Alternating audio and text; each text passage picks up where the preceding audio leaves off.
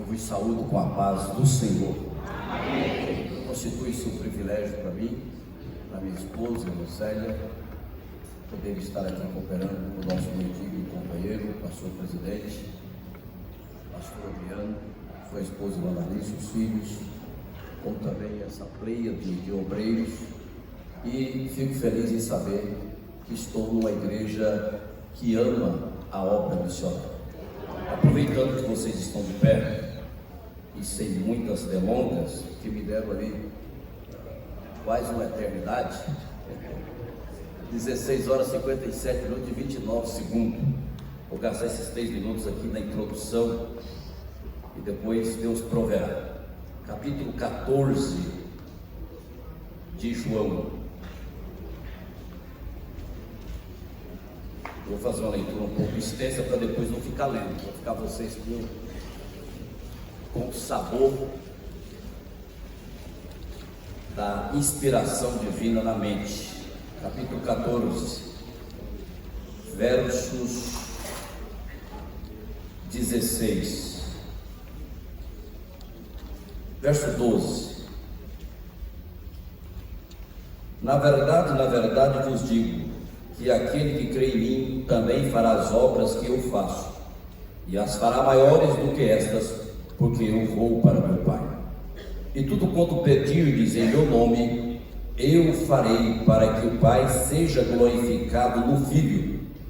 Se pedirdes alguma coisa em meu nome, eu farei. Se me amardes, guardareis os meus mandamentos. Verso 16. E eu rogarei ao Pai, e Ele vos dará outro Consolador. Grife essa palavra, outro Consolador, para que fique convosco para sempre. Diga, para sempre.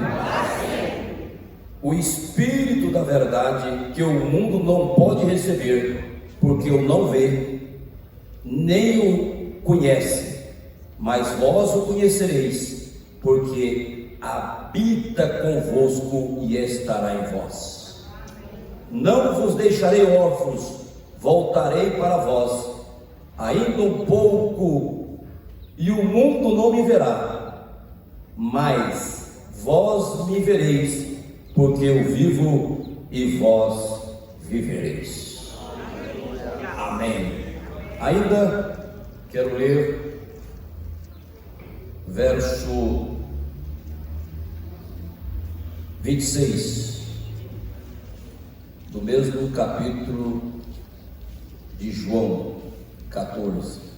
Mas aquele Consolador, o Espírito Santo, que o Pai enviará em meu nome, vos ensinará todas as coisas e vos fará lembrar de tudo quanto vos tenho falado. Agora, de forma terminante, eu quero passar para Atos dos Apóstolos, para o cumprimento desta profecia. Atos, capítulo 1, verso 6 a 5. Aqueles, pois, que haviam reunido, perguntaram, dizendo: Senhor, restaurarás tu nesse tempo o reino a Israel?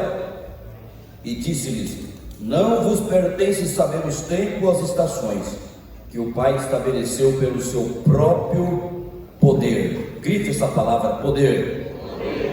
Mas recebereis a virtude do Espírito Santo. Grife essa palavra, a virtude do Espírito Santo, que há de vir sobre vós, e ser-me-eis testemunhas. Grife a palavra testemunha.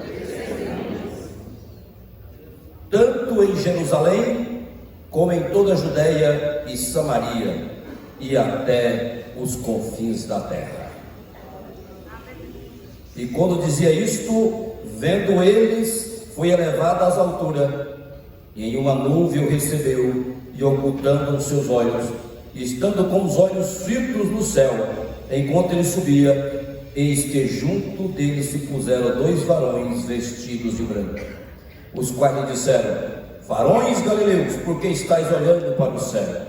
Esse Jesus que dentre vós foi recebido em cima no céu, há de vir, assim como para o céu vistes ir. Senhor meu Deus, mais uma vez, eu te dou graça pelo poder que há no teu grande e poderoso Espírito Santo, que o Senhor dá a esta igreja cada dia, à medida da fé de cada um, para poder curar, para poder libertar, para anunciar as boas novas aos cativos. Sê conosco e não deixa que essa chama do Espírito venha se apagar até a sua volta gloriosa para buscar a sua igreja. Assim nós também pedimos que nos orienta na tua palavra nesta tarde, em um nome para a glória de Jesus. Amém? Podeis assentar. Vou pedir a minha esposa que me traga aí só essa agenda, só para me escorar a Bíblia aqui, para ficar mais fácil para ler. Isso, obrigado. Aí fica, eu sou muito de ficar preso ao texto. Meus irmãos, nós estamos tratando aqui dessa escola bíblica sobre a excelência do ministério. Se existe, e nós cobramos isso no nosso dia a dia, a excelência nas empresas, a excelência de forma de coordenadoria, e é normal a gente chegar em uma empresa, no hotel, quando nós estamos ali no hotel, e está lá a visão dos fundadores, e sempre você encontra ali excelência em atendimento, excelência em pontualidade, enfim, em todas as prestações de serviço. E essa palavra excelência, ela tem uma abrangência um pouco maior do que isso. Inclusive, a gente usa até essa palavra com um certo exagero em algumas áreas. Por exemplo, todo político, seja ele um homem probo, um homem mau, ou seja quem for, mas se ele alcança um cargo eletivo, ele já é chamado de excelência. É a linguagem também nos tribunais, nos júris. Ninguém pode se dirigir a um juiz, a uma autoridade constituída e chamá-lo por simplesmente você. Tem que ser excelência.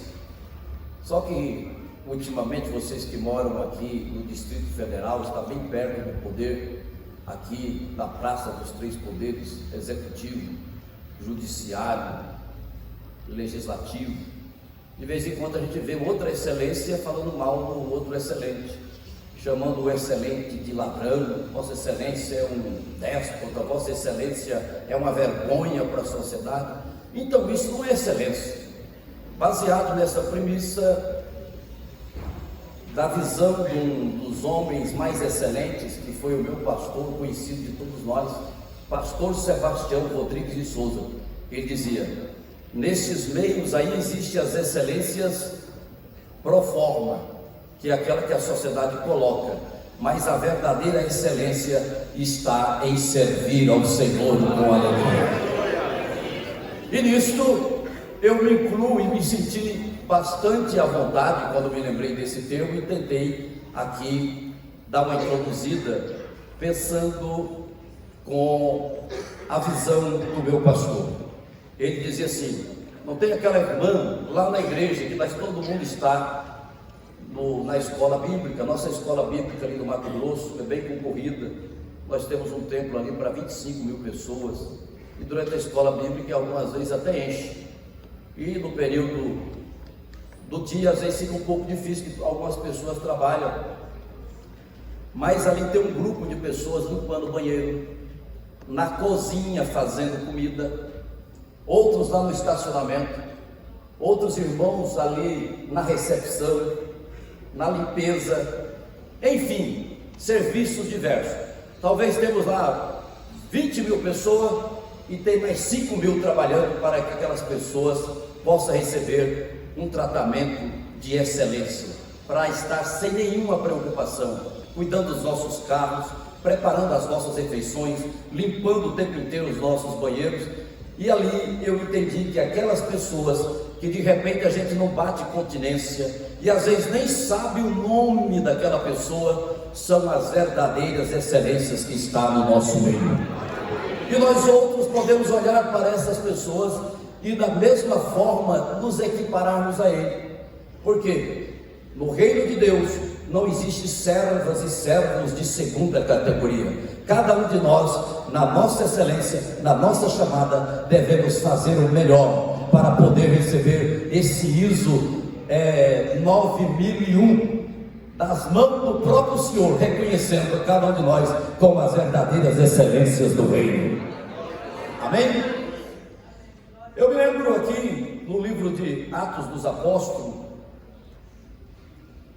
Lucas se referindo a Teófilo, que alguém até já mencionou que pode ser um nome grego, porque amigo de Deus, ou pode ser o nome de uma pessoa que é muito comum ali na Grécia, Teófilo. Na verdade é Theófilos, porque esse T nós não temos o cita, então a gente faz um THzinho meio como se fosse do thank you do inglês. E esse excelente Teófilo para os gregos não é simplesmente um nome correlato de amigo de Deus, era uma pessoa que recebia tanto Lucas como Paulo e os apóstolos em sua casa, e ele era um homem muito rico e patrocinava desde aquela época os escritos, os pergaminhos. E como havia muita dificuldade, custava muito caro aqueles pormenores dos primeiros apóstolos, Pedro, Tiago, João, e depois logo nós vemos o evangelho de Mateus, Marcos, de João. Então ele inquiriu de Lucas que colocasse em ordem essas coisas, porque ali não está em ordem. E ele queria que isso fosse colocado em ordem para ele começar a pregar o evangelho aos gregos, porque os gregos é difícil. Eu passei por ali e sei das dificuldades que é para ganhar os gregos para Jesus. Primeiro que eles têm o nariz empinado, eles se acham os donos do mundo, e você pregar num lugar onde tem muita necessidade, que existe as pessoas pobres, mais simples, não quer dizer que seja fácil, mas é um pouco mais tranquilo, porque os gregos realmente são um povo muito difícil. E a gente vai continuar falando aqui esses 2 dias e vai contar um pouco dessa história. Então, baseado nisso, ele diz, havendo colocado em ordem os fatos que começou a acontecer, e ele começa a pormenorizar, e chama ele de excelentíssimo Teófilo, que era uma nomenclatura para os grandes oficiais do Estado. Isso para o general, para o governador de uma província, era tido como excelentíssimo. E o próprio apóstolo Paulo, quando se encontra com Festo e ele apela para ele o chama de potentíssimo Festo. Então é normal a gente reconhecer as pessoas pelo nome, chamar o pastor de pastor, o evangelista de evangelista, o presbítero de presbítero. Mas muitas vezes, desconhecidos milhões são desconhecidos dessa excelência. E, independentemente de você ter um cargo público, ser um deputado, um senador, ou uma autoridade civil, militar ou eclesiástica, eu quero dizer para você que é possível que você seja considerado por a maior de todas as autoridades, no lugar aonde está o palácio dos palácios, uma autoridade eterna que há de te reconhecer naquele dia, quando você chegar ali no céu e dizer: benditos filhos do meu Pai, possuir por herança, aleluia, aquilo que está reservado para você desde a fundação do mundo. Ali sim, nós como excelência poderemos nos assentar à mesa com Abraão, Isaque e Jacó, e podermos olhar olho a olho aqueles que foram antes de nós, e podemos estar ali e poder abraçar Paulo, Tiago, João. Quem crê assim, diga amém.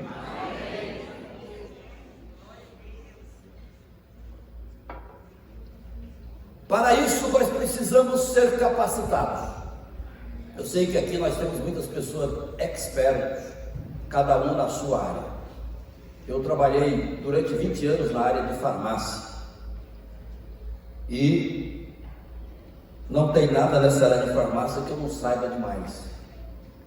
Assim como também a nossa companheira Ana Larissa também, ela é formada em farmácia bioquímica, mas ninguém tem todos os conhecimentos desse mundo, é só Deus, não é? Quem detém essa verdadeira excelência e dá a quem quer, é só um, é o dono de todas as coisas, não é? Ou profundidade das riquezas, tanto da sabedoria, tudo isso está nele, por ele, para ele, foram feitas todas as coisas. Se você é excelente em alguma coisa, dê glória, pois, a ele, que lhe confiou essa excelência. Mas ele não deixa ninguém desprovido. Para ser médico, você tem que receber um diploma de medicina. Agora, para fazer missão, você também tem que ser diplomado. Hoje em dia, é muito comum missionário fulano, missionária fulano. A pessoa não tem nenhum título ainda, nem de diácono, mas já é missionário. E às vezes ninguém reconheceu, mas ele pega uma Bíblia e sai por aí. Eu sou missionário. Mas você é enviado para não, eu sou missionário, eu mesmo em alto declarei, igual Juan Guaidó, que se declarou presidente da República Bolivariana, mas ninguém reconheceu. Então, uma coisa é que os homens nos considerem como ministros de Deus, e não nós que devemos nos autoconsiderar. Amém? Eu me lembro que quando o pastor Sebastião Rodrigues de Souza chamou o pastor Valdenor de Assis, que foi um dos primeiros missionários nossos, o primeiro mesmo foi o pastor João de França, que foi para a Colômbia, depois voltou, e hoje ele é o nosso presidente da convenção ali no estado do Mato Grosso. Ele foi mandado para a Colômbia junto com o pastor José Satiro para fazer missões. E eu me lembro que ele passou um tempo lá, e o pastor Satiro, muito amigo, veio algumas vezes ele de Cuiabá, e um dia ele foi lá na nossa igreja pequenina, lá no Parque do Cuiabá. Célia e eu, recém-casados, ela agora estava vendo um moço ali bem magrinho, que estava ali com toda a alegria, vindo, servindo, e lembrou de mim. Tinha mais ou menos aquele corpo bem magro, bem franzino, e o pastor Satiro chegou ali naquele seu portanhol afinado. Ele disse: nesta igreja eu vejo aqui muitos missioneiros. Valdenor, Deus tem uma obra aqui com esses jovens. Eu me lembro que o pastor Gutenberg e eu estávamos lá, e eu olhei para ele, e ele olhou para mim, e nenhum de nós vimos nenhum missionário. Analisando pelas nossas limitações, bem jovens, eu já era casado, ele ainda era solteiro, e um olha para um lado e olha para o outro, nós não vimos ninguém. Naquela época o Valdenor era um presbítero da igreja, também nós olhamos para ele, para a irmã Luzinete, e não vimos nenhum missionário. O tempo passou, e depois o pastor Sebastião chamou Satiro novamente para pregar, e eu me lembro lá na sede, que ele disse: pastor Sebastião, dai-me missionários para a Colômbia, e Deus vai lhe dar também outros para colocar no lugar. O senhor crê? Ele disse que ele falou assim: então dai-me Valdenor, que Deus lhe dará outros Valdenores. E naquela ocasião ele já tinha levado a nossa regente, que eu achei que não tinha ninguém, e ele viu ela regendo o nosso conjunto, e eu era o líder da mocidade, e ele levou a irmã Neliette Viegas de Pinto. Quem conhece? Eu pensei que eu estou falando em Cuiabá, eles não conhecem. Mas o pastor Adriano Moraes você conhece, e os irmãos sabem quem é. O pastor Sebastião a despachou. Hoje ela casou com um moço que eu tive o privilégio de fazer o casamento dele, e hoje eles são pastor de uma das maiores igrejas ali na Colômbia. Já tem mais ou menos uns 30 anos que ela milita ali, e Deus não deu a eles filhos até hoje, pelo menos que eu saiba, porque eles se casaram com a obra missionária. De lá para cá, o pastor Satiro já veio algumas vezes. Eu já recebi ali em Cuiabá, já levei ele aí para o pastor Silas a última vez que ele veio, e nós conversamos muito a respeito da obra missionária. E eu pensando que a minha vez não chegava, até que Valdenor foi chamado da Colômbia para ir para Inglaterra, e ali ele foi estudar inglês, para através do inglês poder entrar na Grécia, por causa das dificuldades do grego. Quando alguém diz que alguém fala grego, a gente até pensa que está, quando alguém está falando algo que alguém não está entendendo, fala assim, parece que está falando grego. Ou então quando alguém fala alguma coisa com você, você fala, rapaz, eu não estou falando grego com você, eu estou falando português. Não é assim? E Valdenor ficou um ano ali aprendendo inglês. Pastor Rubens, o pastor nosso lá do Parque Cuiabá, foi deixá-lo lá em Atenas e deixou ele lá. E um ano depois ele disse, pastor Sebastião, o trabalho aqui em Atenas está difícil, mas eu visitei Tessalônica e acho que precisa de um missionário ali para Tessalônica. E o pastor Sebastião colocou a igreja em jejum e oração para saber quem seria o casal que iria enviar para Tessalônica. Nós não tínhamos ali escola de missões, até a nossa secretaria de missões ainda era bem capenga, a nossa SEMAD, que hoje é grande, tem missionários em todos os continentes. E nós começamos a olhar um para o outro, e a gente via aqueles pastores mais eloquentes, mais preparados. Dizia fulano, não, é ciclano, é beltrano. E o pastor Sebastião orando e não aparecia ninguém.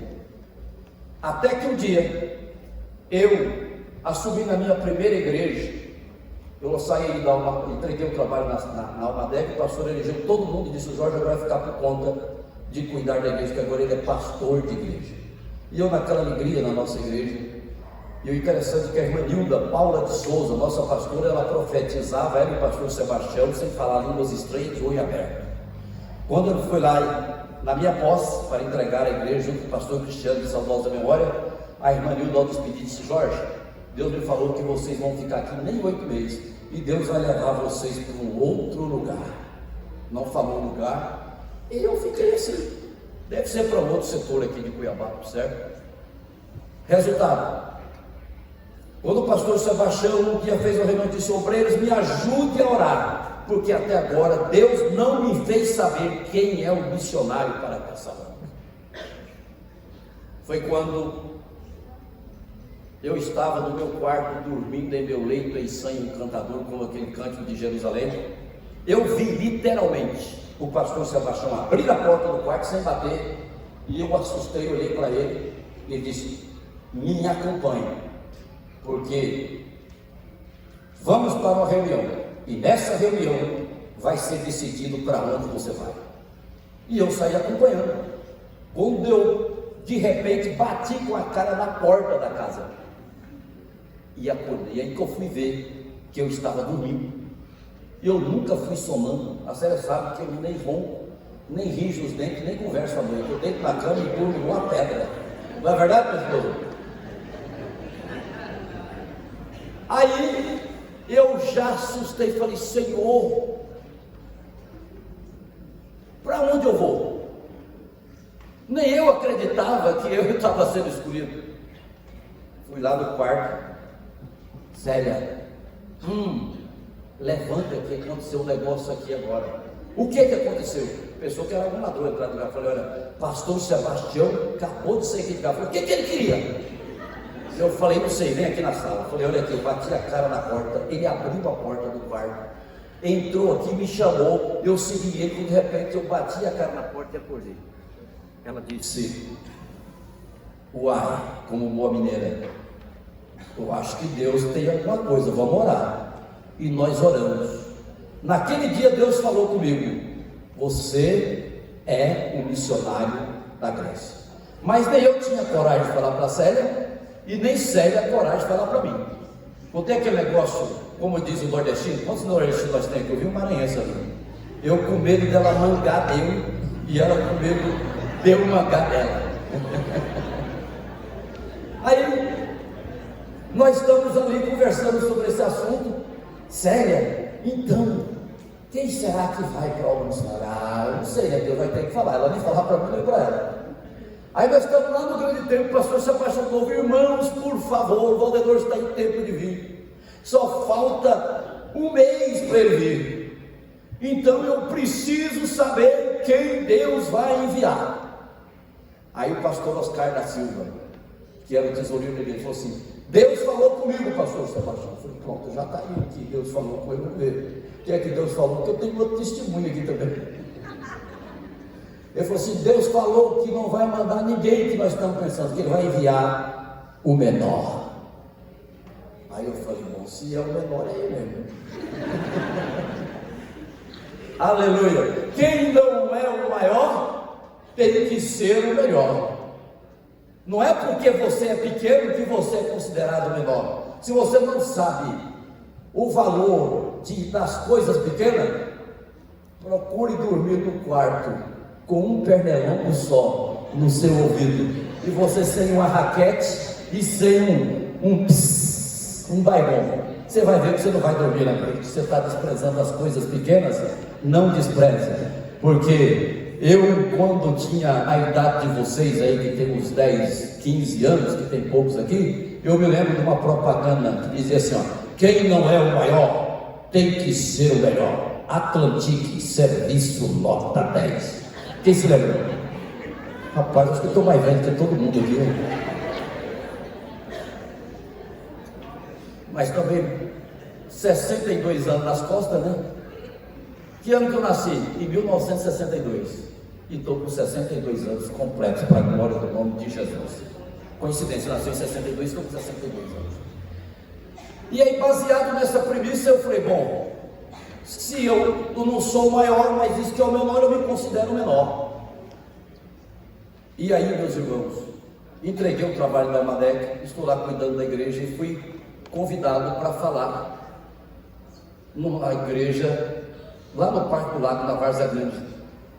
E quando eu já ia subir o púlpito, oraram, chegou um moço, cochichou no ouvido do pastor Valentim, que é hoje o pastor lá do Pedra 90. Aí ele parou e falou assim: o pastor Jorge ia falar agora, mas eu vou liberar ele, porque o pastor Sebastião está chamando ele no telefone lá na casa do pastor Zé Geraldo. Naquele tempo ainda não tinha, todo mundo não tinha celular. Eu tinha um que a Amadec me deu, mas depois que ele ganhou, o outro me tomou o celular, eu fiquei sem. Então, ligaram lá em casa no telefone e a senhora falou que eu estava lá. E aí me ligaram: pastor Carlos César. Quem conheceu? Conheceu? Só eu de novo. Aí, César, Jorge, pastor Sebastião. Peraí, antes de chegar, eu chego na sala, fui atender o telefone, a irmã Nonata, o saudoso pastor Zé Geraldo,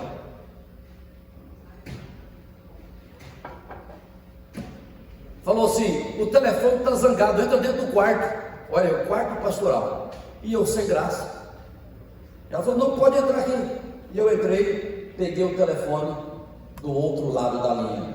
Pastor Carlos César: Jorge, pastor Sebastião quer falar com você.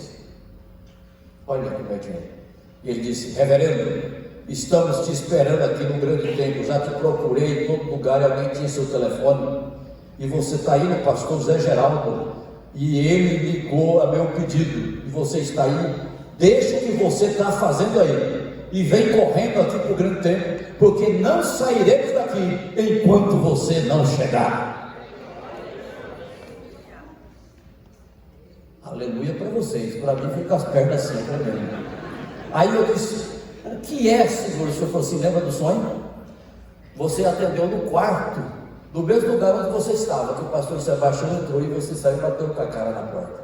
Agora eles estão lá te esperando, e eu vou te mostrar para onde que você vai. E eu saí correndo, peguei meu carrinho, tinha um golzinho verde, e saí falando línguas estranhas no meio do caminho. E naquele falar em línguas estranhas, eu me recordei desse texto aqui que eu acabei de ler. Atos dos Apóstolos, capítulo 1, verso 8. Mas recebereis a virtude do Espírito Santo que há de vir sobre vós, e ser-me-eis testemunhas tanto em Jerusalém, Judeia e Samaria, e até os confins da terra.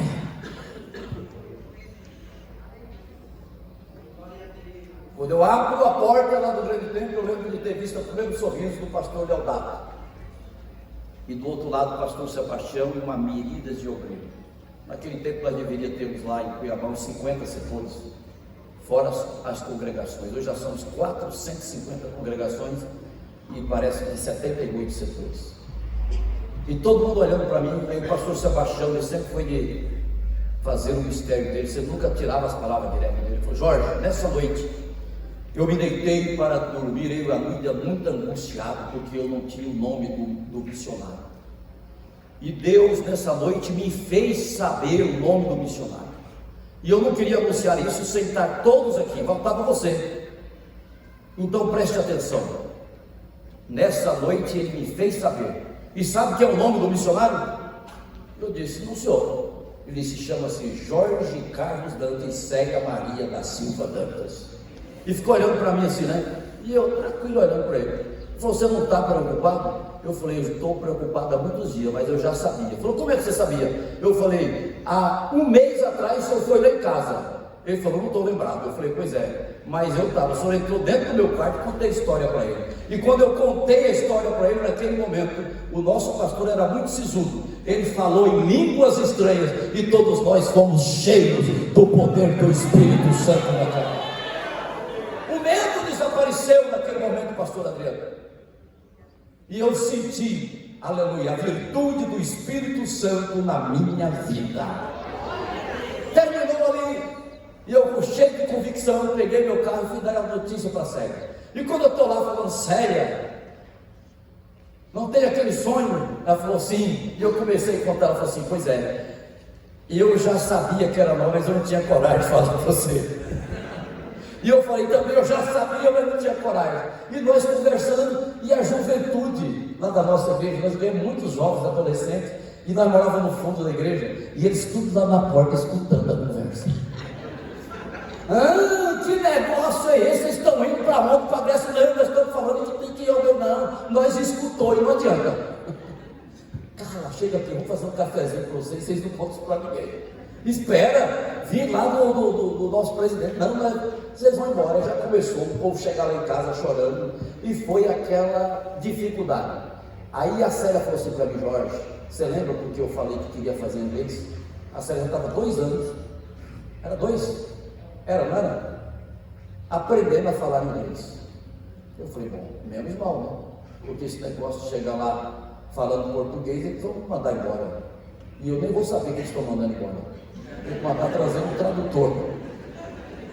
Resultado, irmãos: 30 dias para despedir da igreja, vender tudo que tinha. Aí eu falei: sério, como é que nós vamos fazer? Eu falei: não, só para você ver como eu estou preparado, porque essa aqui, ó, a gente está arrancando a mandioca, ela já está comendo bolinho há muito tempo. Aí ela falou assim: eu já coloquei preço em tudo aqui, o preço da geladeira, o preço do sofá, e olha que ela colocou o preço caro. Eu falei: sério, não está caro mais? Ela falou: não, é a bênção do missionário que está aqui, nós temos que comprar outro lá, e lá é dracma. Na época não era nem eu, era dracma. Irmãos, resultado: deu briga, porque tinha uns que queriam geladeira, outro queria um som, outro queria um sofá, e cada um queria ter alguma coisa de nós. E eu me lembro que nós fomos para o aeroporto, com banda de música, com tudo, e foi aquela despedida bonita. Aí eu pensei: rapaz, esse negócio de missionário não é ruim não.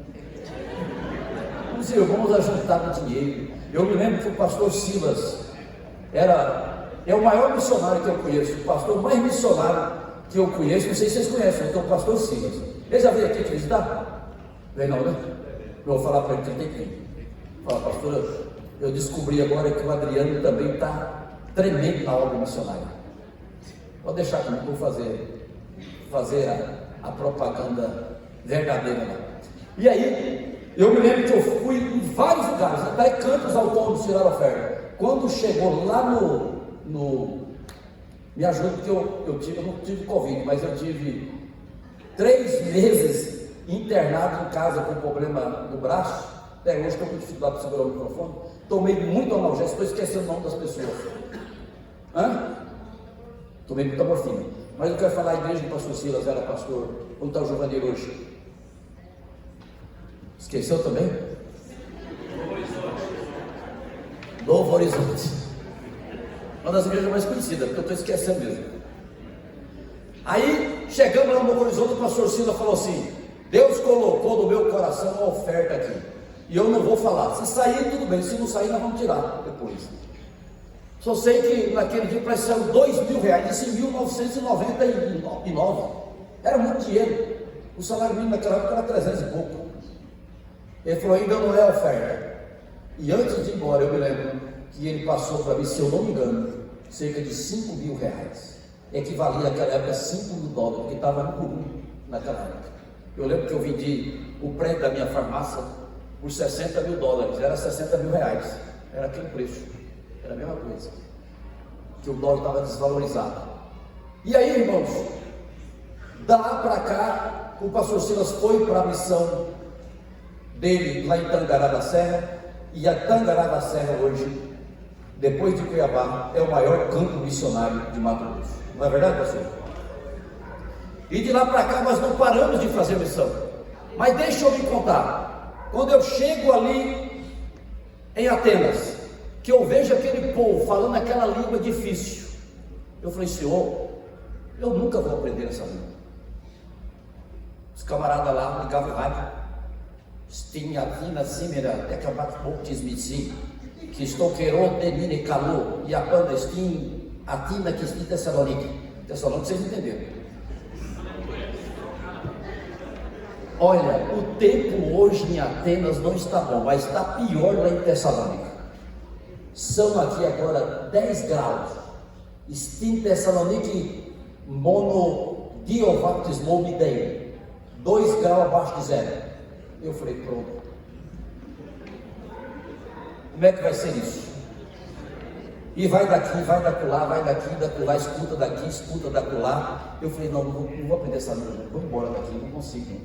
Aí o Espírito Santo me fez lembrar que não somos nós que conseguimos, mas o Senhor Jesus Cristo disse que nos daria poder.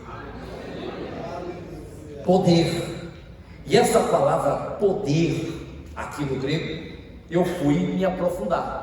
O que é poder? Nós temos no mínimo umas 10 palavras gregas para designar poder.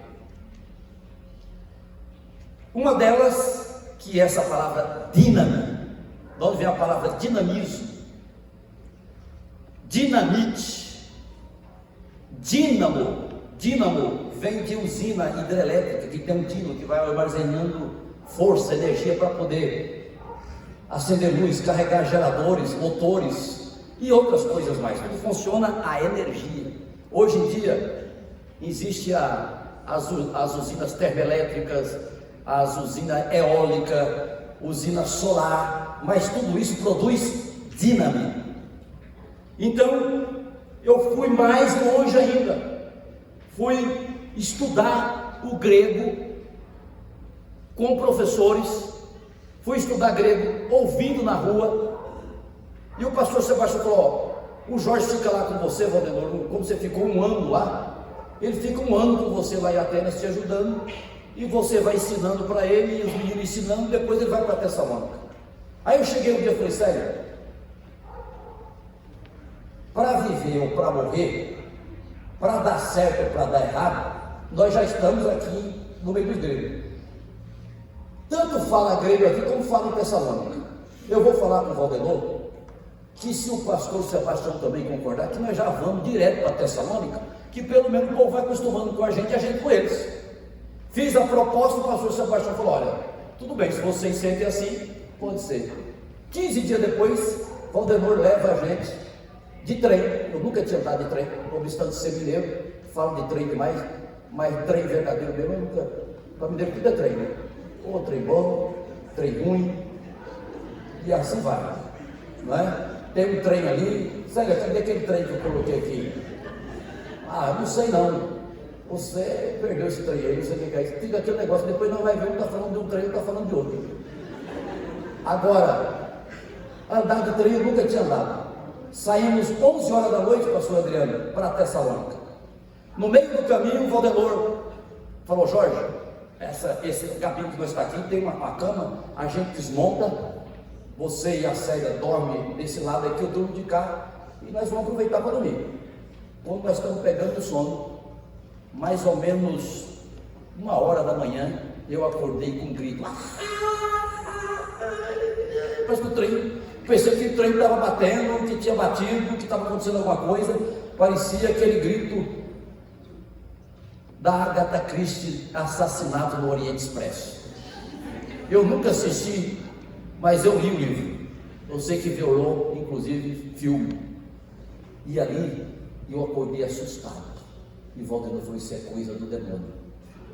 Sabe que nós estamos indo para Tessalônica, o diabo já está caçando um jeito de fazer medo de vocês. E nós começamos a orar, e de repente Deus foi nos dando calma, mas dormir nós não dormimos mais aquela noite, assustado. Acordou todo mundo do vagão.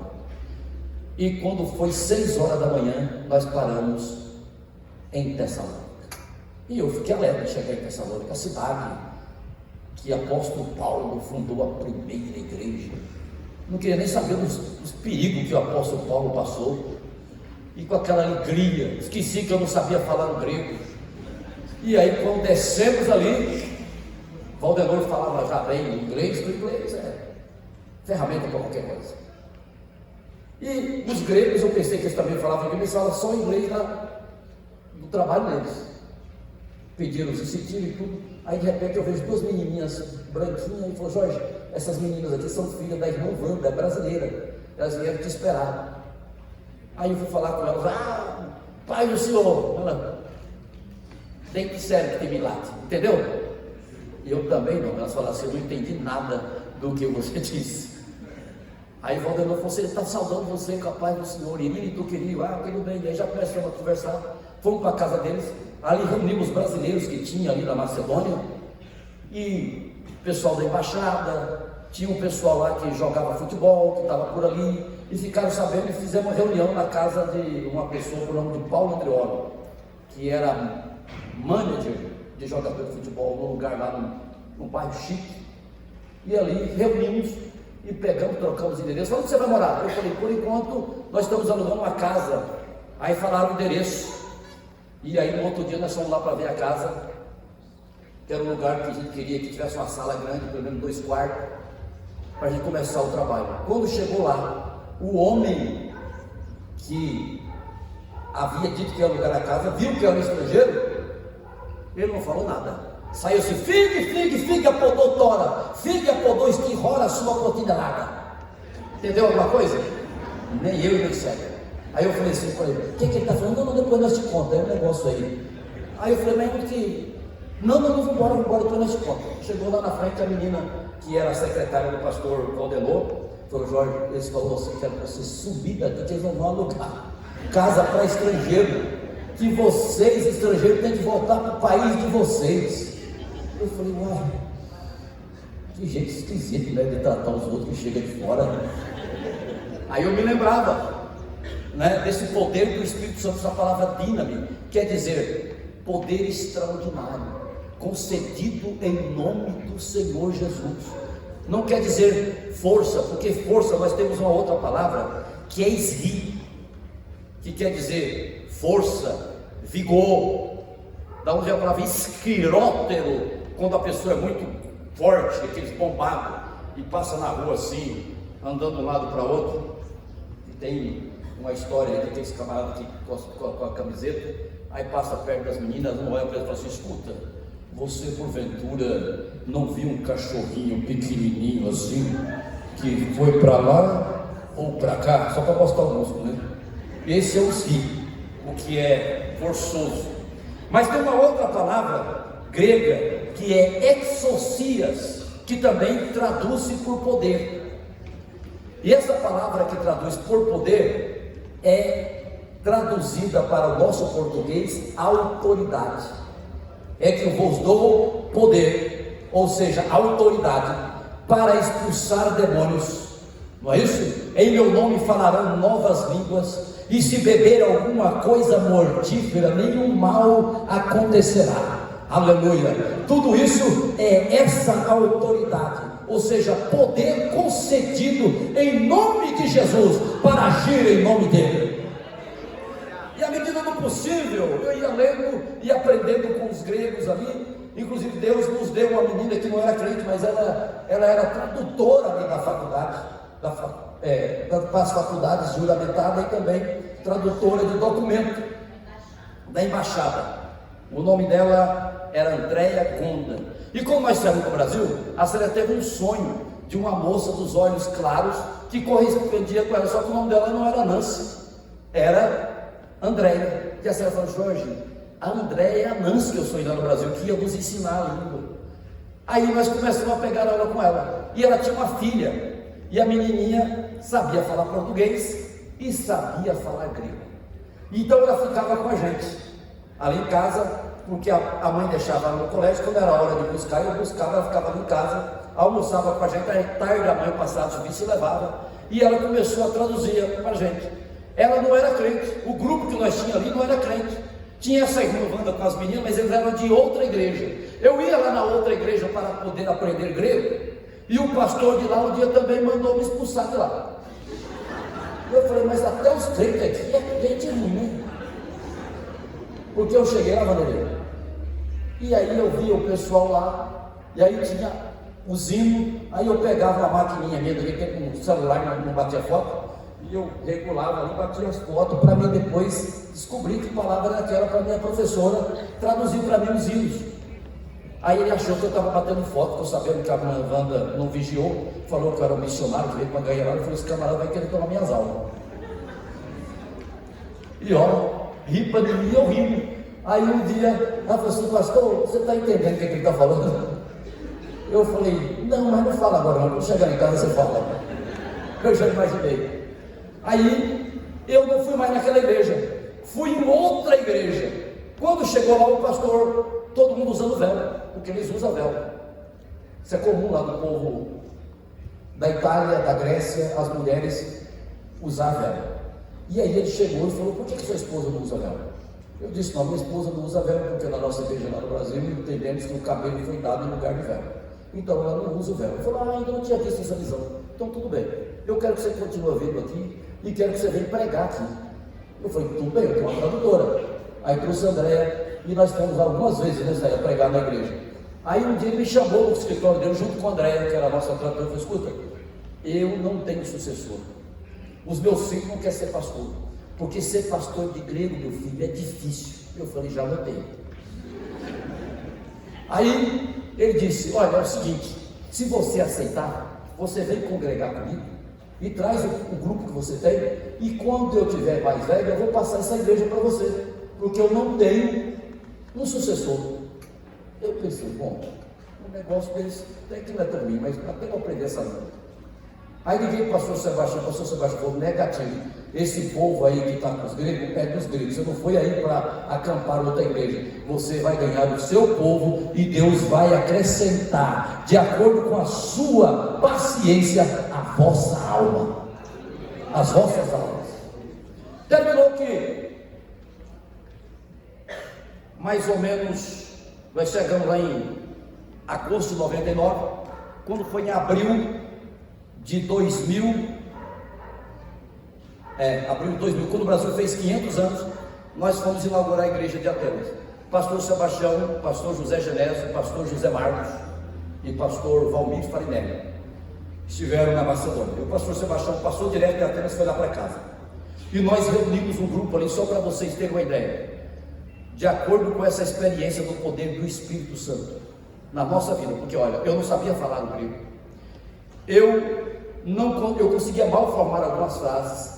A gente primeiro ia fazer uma compra, a gente escrevia, pedia André para escrever, chegava a gente, falava, e ele não entendia certo, porque como o grego é um amigo só fala na Grécia, se o outro fala, não fala de acordo com o sotaque dele, eles não entendem. E se você faz uma declinação errada, também eles não entendem, porque o grego tem 3 gêneros, masculino, feminino e neutro, e quando você tem que usar a frase dele para você declinar, e eu declinava errado, até que, orando, eu disse assim para o Senhor: Senhor, eu não aguento mais ir na praça fazer compra, ir na feira fazer compra, e a feira da frente lá de casa. A gente ficava escutando eles falar lá: fraula, ena quilomonodio evro, ou seja, 1 quilo de Quando eu falo em grego, eu esqueço o português, porque é morango. Parece que passa para o esquerdo e depois não para o direito. O morango é apenas 2 euros. Aí eu disse lá para comprar um morango e escolheu o morango. Na hora que eu estou lá escolhendo, o grego mandava a mão na minha mão, derrubava tudo e cuspia na minha cara. E tudo eles fazem tudo igual. Vai embora daqui, figue, todo mundo atrás. Figue. Eu subia lá para cima e ficava olhando, falando, não, é vontade de comer uma fralda dessa aí, não tem jeito. Isso com os peixes. Então aí depois eu aprendi um truque. Quando estava terminando tudo, que ninguém queria comprar mais, eles punham na promoção. E eu fui aprendendo, ouvindo os gregos. A Andréia falava, pastor, ela falava assim, grande Epimenes, qual que é o fato do dia? Para tentar me resolver. Aí eu contava para ela, e ela pegava, anotava, treinava ali. E a palavra que eles mais falam é oxi, e eu não conseguia falar. E eu falava oxi, oqui.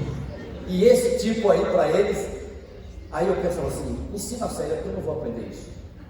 Aí foi um dia, eu caí de joelho e falei, Senhor, eu já estou começando a odiar esse dia. E ainda temos brasileiros que aceitou Jesus lá conosco, só dava brasileiro. E os bichos brasileiros é barulhento em todo canto. Eles iam lá para casa, levavam as crianças, sapateavam. No outro dia eles iam embora, eu descia lá embaixo para comprar carne ou pão. Eles pegavam no meu colarinho e me xingavam tudo. E eu já estava sabendo o que era o xingo, porque repetia todo dia, né? Até cachorro você chama o nome dele toda a vida. Você observou se o cachorro chama ele de barão, cão, beiradão, butinão, tudo que termina com ele atende. Então eu pensei, falou, isso está me xingando. Aí eu falava assim, esse canis polifaçaria, vocês estão fazendo muito barulho. Eu falava assim, que inifaçaria? Ele, bum, sério? Barulho. Aí eu orando, Senhor, tem misericórdia de mim.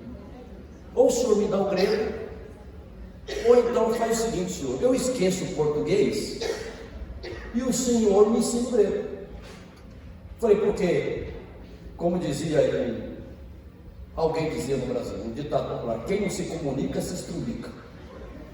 Eu estou me estrubicando, Senhor, não mais jeito. Chega, me dá uma saída.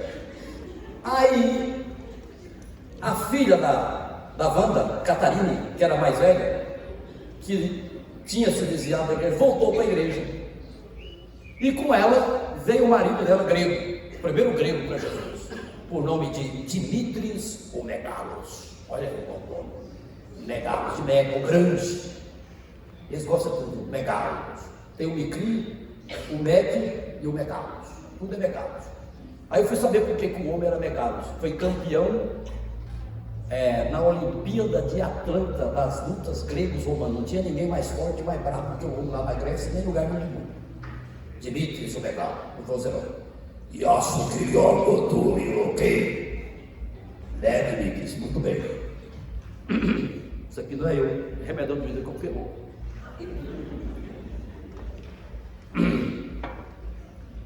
Aí o Dimitris falou assim para mim, pastor, fiquei sabendo, a Catarina me falou que o pessoal que nós sai daqui, eles ficam bravos porque fez barulho. Eu falei, é mais ou menos isso comigo. Eu falei, então tudo bem, hoje eu vou fazer um barulho melhor aqui. Sapateava. Eu falei, Dimitris, pelo amor de Deus, meu irmão, amanhã quem vai apanhar sou eu. Desceu lá embaixo, eu estava me esperando. Ele falou assim, Aftozinho Yorgos e não Pimenas. Esse aqui é o Jorge, é o meu pastor.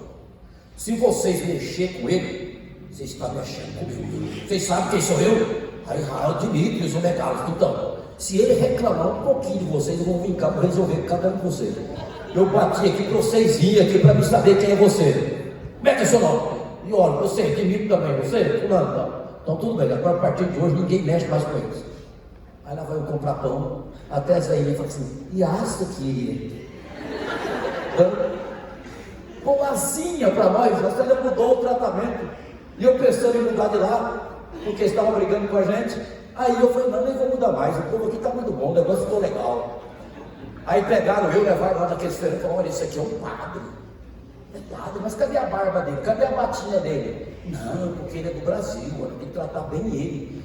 Você sabia que ele é pastor aí das autoridades, inclusive o Dimitris, o Megalos, pega com ele. E aí só sei, irmão, que o negócio foi melhorando. E quando eu vi, eu já estava falando arquetakalá, como diz o grego, mais ou menos o grego. E comecei a ganhar almas por ali. E logo descobrimos que na cidade de Quirquis tinha uma brasileira que ficou sabendo que nós estávamos lá. E ela queria uma visita lá onde ela trabalhava. E nós tínhamos irmãos que trabalhavam lá nessa cidade. E já tinha aceitado a Jesus. E o Valdenor disse: Valdenor, venha estar conosco para você ver o progresso da igreja de Tessalônica. E para resumir a história, nós tínhamos lá mais ou menos já umas 20 pessoas na nossa casa, e muito cheio. Aí chega o pastor Sebastião, viu aquela turma de crentes, falou: Jorge, você tem que alugar um lugar, porque senão os gregos vão ficar bravos com você. Descobre um lugar aí. Em pouco tempo nós conseguimos um lugar lá no centro de Tessalônica, na praça principal, bem no centro, por nome de Aristóteles. Platia Aristóteles, significa Praça de Aristóteles, bem no centro de Tessalônica. Para quem não sabe, Aristóteles é aquele vulto que educou Alexandre o Grande. Para vocês verem, ali em frente tem uma igreja grande, a principal igreja ortodoxa, Agios de Mito, e tem a sinagoga dos judeus até lá, até hoje, é um dos lugares mais antigos. Tessalônica é uma cidade muito antiga, o primeiro sinódono cristão, e outros editos de Tessalônica e outras coisas mais. E nós bem ali no centro reunimos a praça, tudo certinho. E num daqueles dias, Valdenor veio para a gente visitar esses irmãos. E quando nós chegamos ali na praça para pegar o trem, o ônibus,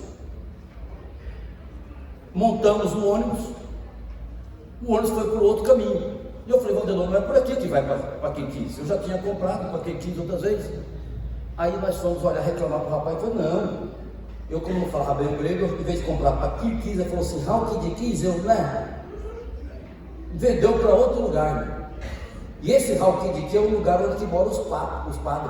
Para entrar lá, você tem que ter passaporte, é igual o Vaticano deles lá. Quando eu falei: João, esse lugar aqui é onde moram os padres, não tem jeito não, descendo no meio do caminho, perdemos a passagem. Ele falou: um lugar que compra nesse outro lugar. Nós chegou lá no Practoril, aí eu com fome, nós estávamos em jejum, nós íamos orar para Jesus batizar a família lá dos irmãos com o batismo com o Espírito Santo. Nós tínhamos lá 2 famílias, né, Célia, assim que quis. Aí Célia comprou e eu compramos arroz para poder levar, para a gente comemorar, que a Célia sempre soube fazer um arrozinho com galinha, e lá essa coisa que não tem, não acha arroz lá para vender, igual o nosso, tem aqueles arroz de sopa, aquelas outras coisas. E aí, quando a Célia Valdenor entrou no ônibus, eu fiquei comendo um lanche, e entrei também comendo um lanche. O rapaz falou: você não vai entrar comendo esse lanche, joga fora. Eu peguei, botei dentro do saquinho, e entrei para dentro do homem, não quis sair. Foi lá e falou, e ficou bravo, e me xingou. E eu falei: não, fica tranquilo, não vou comer o lanche não. Sei que aí eu tive que enrolar o lanche, botar na bolsa. E toda hora ele parava um pouquinho, olhava no retrovisor: se você comer esse lanche aí, meu estrangeiro, eu vou resolver você, vou jogar você fora. Aí eu vou dizer: calma, Jorge, não fala nada porque é o inimigo. Nós estamos aqui numa obra, rapaz, não fala nada, tudo bem. Quando chegou na cidade, eu sabia que o Barcelo ia nos esperar naquele lugar, não estava. Eu falei: Célia e Valdenor, é aqui que nós descemos. Quando eu acabo de descer, eu esqueci o arroz. Eu não podia esquecer o arroz, tinha prometido para eles. Aí eu falei: para um pouco aí, motorista, eu esqueci o arroz.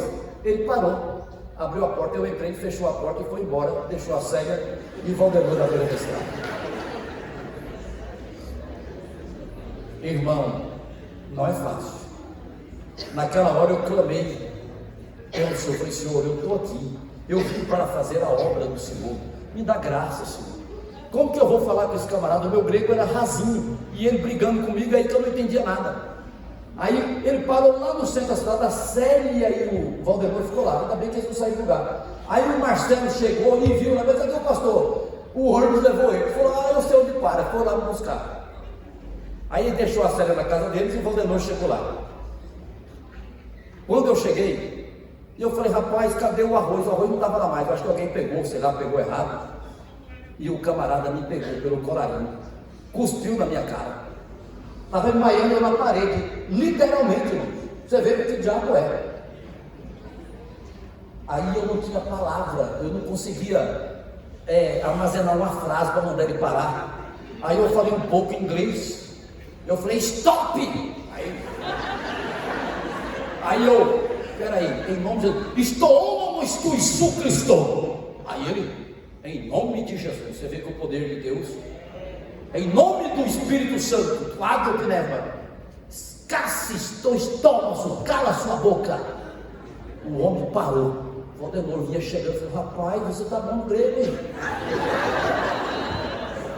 Necessidade faz sapo pro ar, né? E faz a gente aprender a falar línguas estranhas também. E o camarada parou. E eu, esse na antropipolicaco. Imaste. Pimenas, tiseclicias, sinaxcos seu, estim brasilia. Falei: olha, você é um homem muito mau, eu não sou qualquer um. Eu sou pastor da igreja Assembleia de Deus do Brasil. E o Valdenor chegou também já, e falando inglês, grego, muito bem, e pegou esse grego, e nós levamos ele lá na direção geral, falou o que ele tinha feito, brigaram com ele. O rapaz falou: não, ele não vai mais dirigir ônibus, que isso não se faz com a pessoa. Aí o Marcelo, que era a pessoa conhecida lá na cidade, muito dado, falou assim: isso aqui é meu pastor. Aí ele falou assim: Valdenor, como é que fala pastor? O Valdenor falou: não fala que é pastor, não, fala que ele é ipurgos, que quer dizer ministro do evangelho. Ele falou assim: ipurgil stins brasileiros. Sabe o que significa ipurgil? Ministro. Aí o cara falou: rapaz, nós maltratamos o ministro do governo do Brasil, meu Deus do céu. Valha-me nosso Senhor. Aí o tratamento ficou VIP. E eu descobri, falei: agora eu peguei essa manha, qualquer coisa, sou ministro.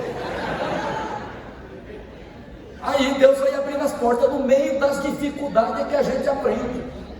Enquanto o inimigo não se manifesta, você é um homem comum, sujeito às mesmas paixões. Mas quando o diabo se levanta, do outro lado o Senhor levanta também com o seu poder, alvorando a sua bandeira. E naquele momento esfregamos a bandeira ensanguentada em nome de Jesus na cara daquelas autoridades, e eles tiveram que nos respeitar. Aí Valdenor me abraçou: Jorge, você não pecou não, meu irmão? Eu falei: não pequei não, eu só falei a verdade pro homem. Então vou embora para casa, porque estão lá esperando a gente para orar. Eles não comeram ainda. Eu cheguei, fiz a oração, e não deu para comer o franguinho naquele dia. Mas nós descobrimos que tinha mais 2 padres lá, lembra, Sérgio? Num convento, porque esses padres queriam, era aqui do Amazonas, eles ganharam uma bolsa de estudo, para eles serem padres lá e ter curso universitário. E lá nessa universidade, esses padres, como era brasileiro, estavam sendo segregados, eles não sabiam falar grego e queriam falar inglês com os padres lá no interior, eles também não falavam, morrendo de frio, de fome, não conseguiam comer aquela comida. E nós fomos lá, resgatamos os padres para nós. Vê como é que Deus faz. Levamos os padres para comer lanche e mandamos os meninos cuidar deles lá no evangelho. Só sei que esses padres deram um jeito lá e descobriram voltar de volta para o Brasil, satisfeito porque 2 pastores da Assembleia de Deus resgataram ele das mãos dos padres. E para encurtar a história, o Marcelo falou assim: eu descobri uma brasileira que mora aqui, que trabalha aqui há muito tempo, vamos lá fazer uma visita para ela? Eu falei: vamos. Quando chegamos na casa lá no salão da brasileira, o dono não estava. Ela falou assim: ai, o que você faz? Eu falei: nós somos pastores. Ela falou: mas que alegria e tal, e aquela coisa com a gente. Ela falou: olha, eu estou numa situação aqui terrível, eu estou sem documento.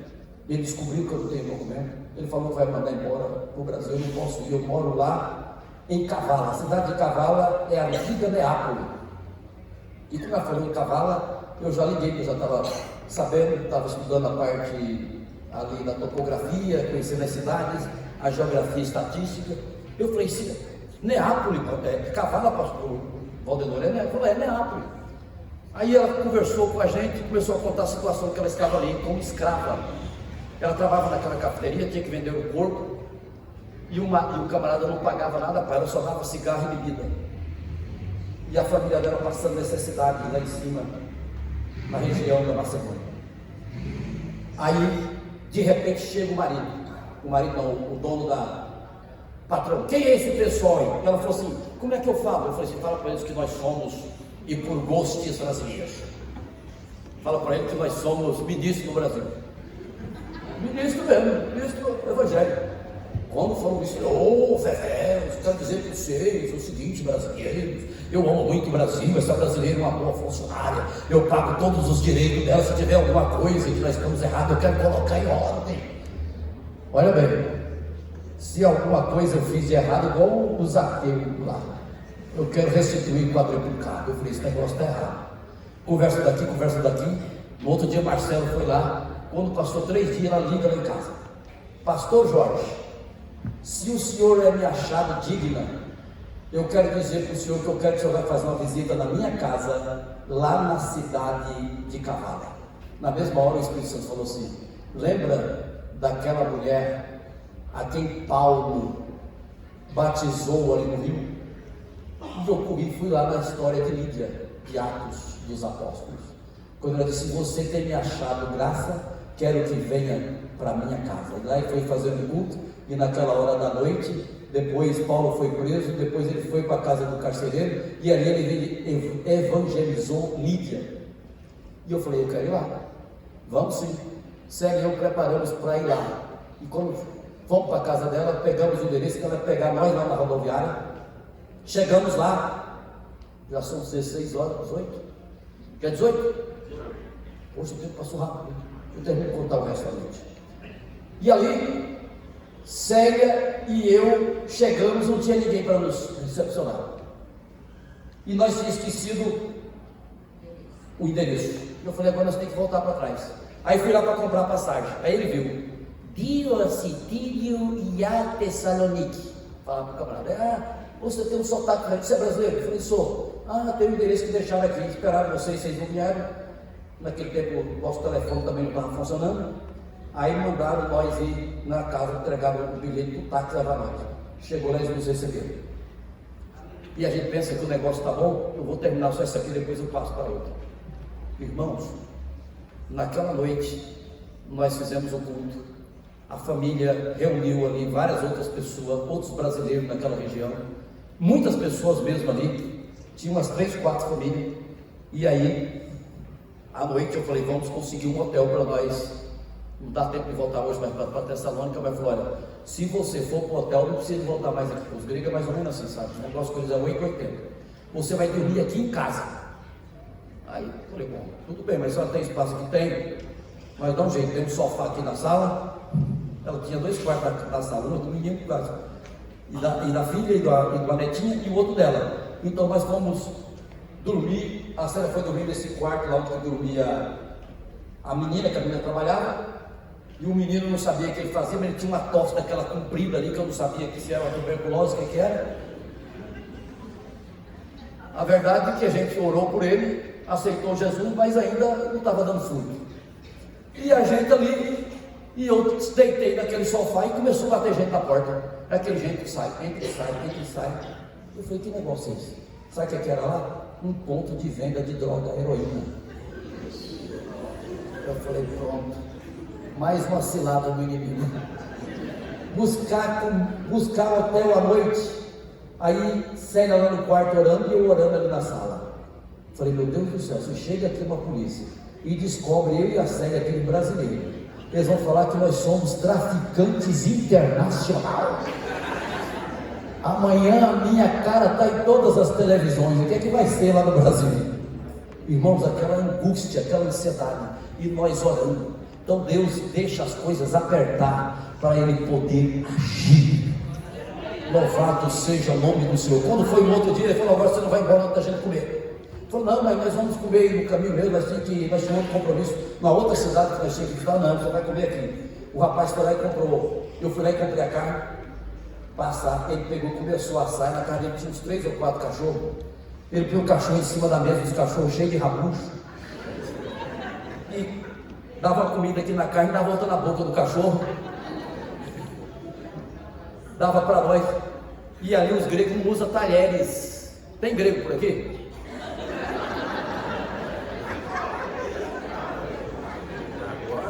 porque senão, eu sei que aqui em Brasília tem muito grego.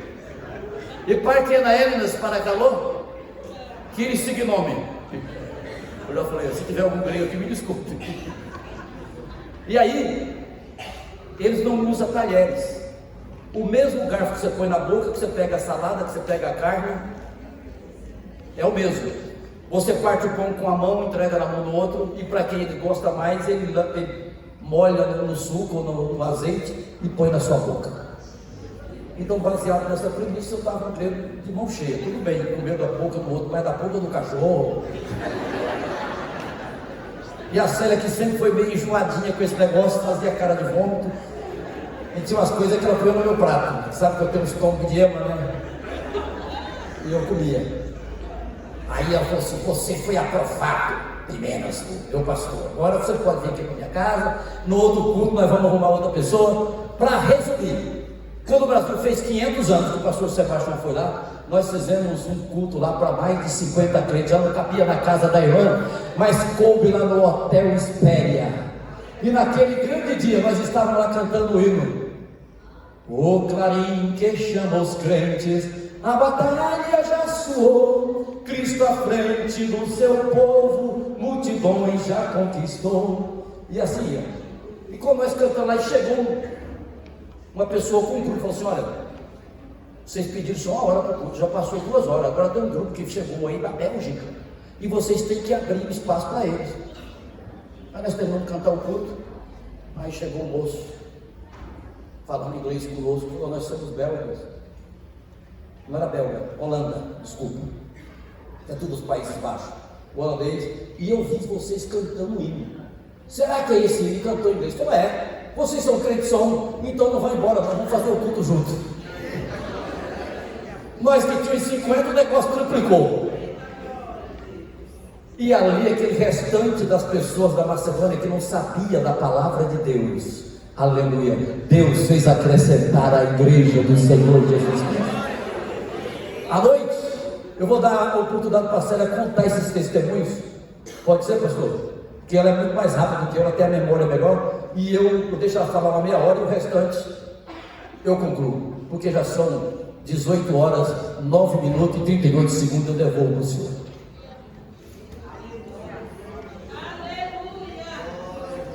Foram ao todo 5 anos de trabalho ali na Grécia. Hoje nós temos uma igreja montada lá em Tessalônica e temos uma igreja vitoriosa em Atenas. Na outra vez, depois do restante eu passo a contar o restante da história. Por que eu não estou entrando muito aqui na parte teológica do assunto? Porque eu quero dar a vocês experiência. Eu sei que a igreja aqui está formando missionários.